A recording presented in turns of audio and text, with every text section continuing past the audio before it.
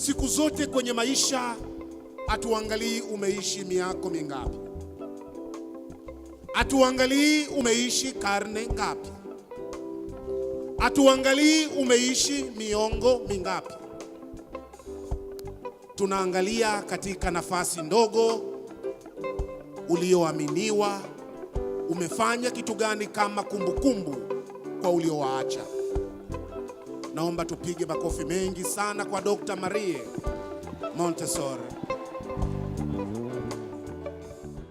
Mheshimiwa mgeni rasmi, licha ya wingi wa majukumu ulionayo, bado umetuthamini sisi wana MCT.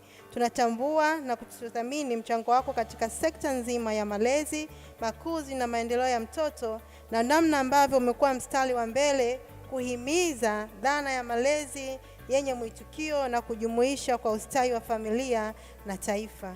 Tumeshuhudia juhudi zako katika kuelimisha na kukemea vitendo vya ukatili kwa watoto na namna ulivyoshiriki katika kuzindua programu ya jumuishi ya taifa ya malezi, makuzi na maendeleo ya awali ya mtoto MCT kwa kushirikiana na Chuo Kikuu cha Dar es Salaam idara ya ICD. Tumefanikiwa kufanya utafiti wa matokeo chana na matumizi ya mbinu ya Montessori katika elimu ya Tanzania. Dr. Maria Montessori amefanikiwa sana kutusaidia katika malezi, kwamba watoto wafanye wenyewe.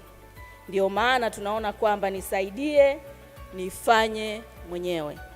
Na hii haikutoka kwa Dr. Maria Montessori, ilitoka kwa mtoto mwenyewe. Naomba kuchukua fursa hii kumshukuru Mungu mwingi wa rehema kushuhudia tukio kubwa sana la kihistoria la taasisi hii au jumuiya hii ya Montessori hapa Tanzania, kwamba imetimiza miaka 25, umri wa mtu kamaliza na chuo kikuu. Kama ni ndoa na ubwabwa tumeshakula. Hongereni sana.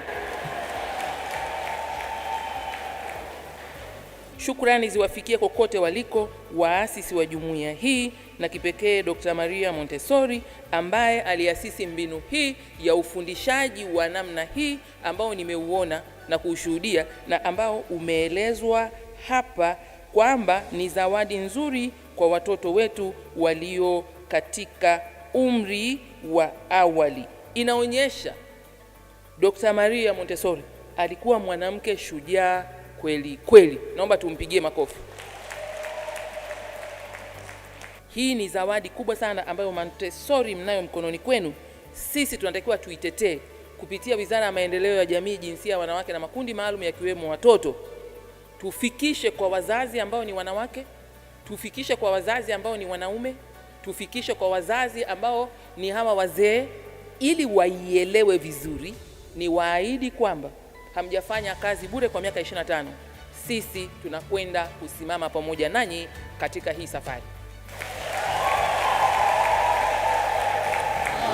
Kwenye udongo na si kwenye mawe, msaidie ili afanye mwenyewe, nisaidie.